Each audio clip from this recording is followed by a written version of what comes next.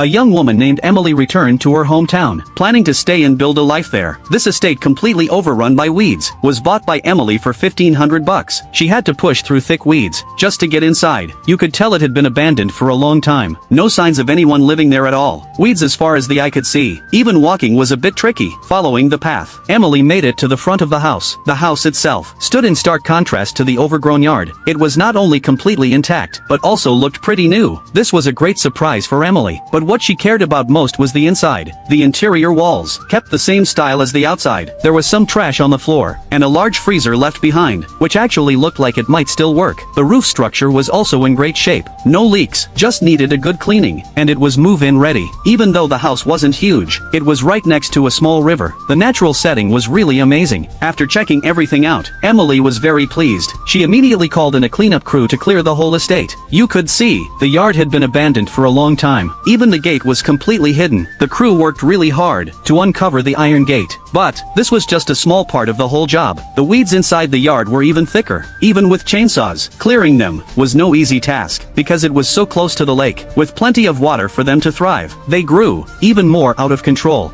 With the crew working non-stop, they finally cleared a small patch. You could see, the whole estate had a great natural feel. A stone path ran through the middle, all the way to the front door. Actually, there was nothing wrong with this place, and the yard was really spacious. The only issues were the price being a bit high, and the yard being overgrown. But once it was cleared, it was ready to move into. No extra renovation costs needed. Inside the yard, the previous owner had planted many fruit trees. Emily planned to keep them. Not only would it make the yard nice, but when they bore fruit she could snack on them. If there were a lot, she could even sell some, to help with daily expenses. Knowing Emily wanted to move in soon, the cleanup crew didn't dare slow down. As the work progressed, they reached the area around the house. The was already very obvious. You could clearly see the whole estate now. The stone path led right to the door. Paired with the stylish house, it looked really charming. Even though the crew was expensive, they were professional and responsible. Even the cement path at the entrance was clean, spotless. Now, finally, the inside part Emily cared about most. The inside was in great shape. Even though it was still raw space, it was perfectly livable, and it wasn't completely raw, because there were tiles on the floor, with no cracks or damage. Emily was more than satisfied. Sweeping away the dust, the tiles regained their former shine. The house was small, but had all the necessary space. Kitchen and bathroom all there. The overgrown mess was completely gone. To keep the client happy, the cleanup crew didn't hold back. They carried water up from the lake, and gave the floors a deep clean. This is the benefit of being near water. Super convenient for getting and using water.